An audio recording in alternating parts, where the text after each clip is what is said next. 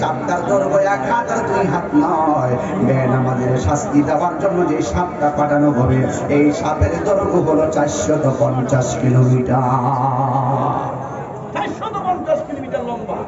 এমন ভাবে এই সাপটাকে আঘাত করবে, আপনি বলবেন আল্লাহ এই আগুনের তাপ সহ্য হয় না।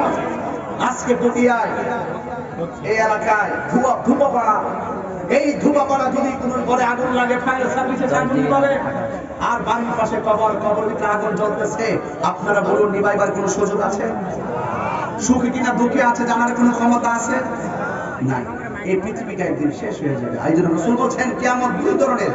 একটা হলো আজরাইল যখন আসবে, তুমি তো জানো না কখন আসবে, এই আয়াতে তো পড়েছি, তুমি তো জানো না কখন আসবে। আরেকটা হলো সমষ্টিগত কিয়ামত, যেই দিন এই পৃথিবীটা শেষ হয়ে যাবে। আপনারা বলুন এই পৃথিবীটা দাঁড়িয়ে আছে কিসের উপর বেস করে? সেই বেসটা হলো আল্লাহ।